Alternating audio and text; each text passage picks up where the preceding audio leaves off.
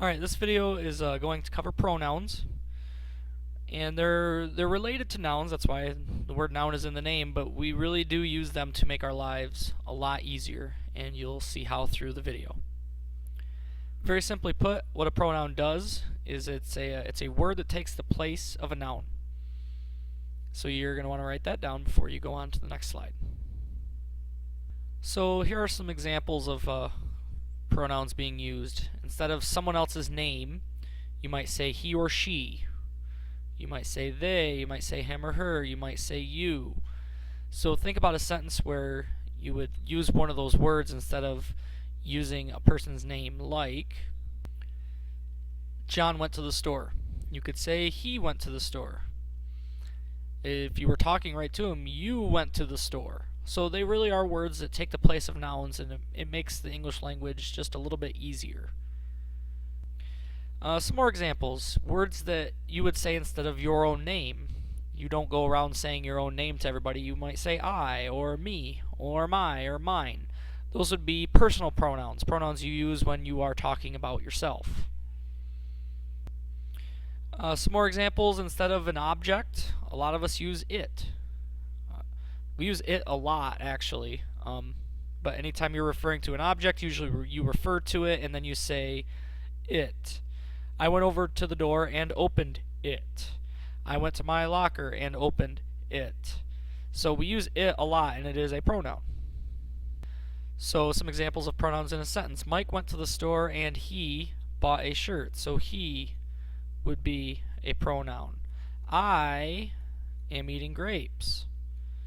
You need to go away. So those would all be examples of pronouns in use in sentences. So pronouns seem a little bit easy, but there are some other things we have to keep in mind about pronouns, and this is the idea of the pronoun and the antecedent. So the pronoun takes the place of a noun. We know that. The antecedent is whatever is being replaced. Whatever is being replaced, it's still a noun, but it's called an antecedent. So next slide, we'll have an example. So, for example, George wanted ice cream, so he went to Dairy Queen. Clearly, the pronoun is he. Now, what is he taking the place of? He is taking the place of George. So the pronoun is he. George is the antecedent. It's still a noun. If I ask you to label a sentence, you'd still label it noun. But if I ask you what is the antecedent for he, the answer would be George. It's what it's taking the place of. The pizza was so good that Bill ate all of it. It is the pronoun. What is it taking the place of? It's taking the place of pizza. So pizza would be the noun. It's the antecedent for it. Okay, so if I ask you what is the antecedent, what I'm asking you is what is the pronoun actually replacing? So another thing we have to understand about pronouns is you can't just use them however you want to. There are some rules on what pronouns you use and when you use them. So you use different pronouns depending on if the pronoun is the subject of the sentence. If it's doing the action of the sentence, it's a subject pronoun. If it's receiving the action of the sentence, it's an object pronoun, and you'll use a different pronoun depending on the situation. So here are some examples. So I and me are both pronouns that take the place, they're personal pronouns, but we don't use them the same. For instance, in this case, Tim and blank watched a movie. So the key is it the subject of the sentence? Is it what's doing the action, or is it the object? Is it receiving the action? So in this sentence, I am watching the movie, so I am doing the action. I is a subject pronoun.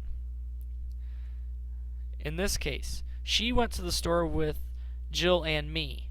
Now it's receiving the action. I'm not the one. She, yes, is a pronoun, but in this case here, taking the place of my name, it's going to be me. Okay, a lot of us want to say she went to the store with Jill and I. Because it's an object, that's incorrect.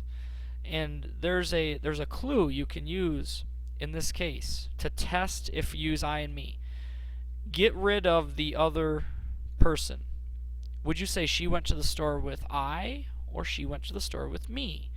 you would say she went to the store with me. So whatever you use without that other person, use the same pronoun with the other person. She went to the store with Jill and me. Same thing up here.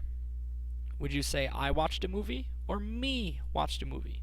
You would say I. So use that same form with that other person in here. So I is a subject pronoun, me is an object pronoun. Here's some more examples.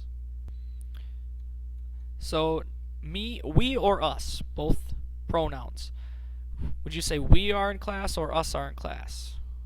We. So we is a subject pronoun. The teacher is showing us. So us is an object pronoun. They or them. More pronouns. Would you say they are in class or them are in class? You would say they are in class. So they is a subject. The teacher is showing them. Them is an object pronoun. Hopefully you're getting this by now. So here's a list of the subject and object pronouns and how they're related. I is a subject, me is an object. Instead of he is a subject, him would be the object, she, her. We and us. They and them. You and you are still the same. Use you the same in either situation, and the same with it. So those are some common subject and object pronouns that you'll use in different situations. Alright, so just a few more odds and ends with pronouns. Pronouns can be possessive, just like nouns. Nouns can own things, so can pronouns. Pronouns that show ownership are possessive pronouns. Mine, yours, its, ours, his, hers, their. Those would all be possessive pronouns. If you use those, you're showing that something belongs to this. That pencil is mine. Yours is over there. Its is in my locker. The basketball is ours. His and hers there. So you use those to show ownership. And the very last concept are indefinite pronouns. These are pronouns that don't refer to a specific person, they refer to a whole group of people. So these are some of the indefinite pronouns. Anyone, everyone, someone, anybody, several, nobody. We use those because it's easier to say that than to go through a long list and say everyone's name. So, like if we're in class, everyone stood up and shouted. If I'm telling somebody that, I don't have to name 30 different names. I can just say everyone, and that refers to the whole group of people. Does anyone know the answer to the question? That word anyone is taking the place of every person in class saying their name. I don't have to say, does Jim, Bob, Bill, Sue, do you know, do they know the answer to the question? I can say, does anyone? Because they're referring to the whole group of people. So that's really what you need to know for pronouns. There are no practice activities on this particular video for you to do. You just need to go through your homework assignment and do that. There's other practice online using pronouns that you could also look at. So make sure you're working on this, and I'll let you know when we're going to talk about it in class.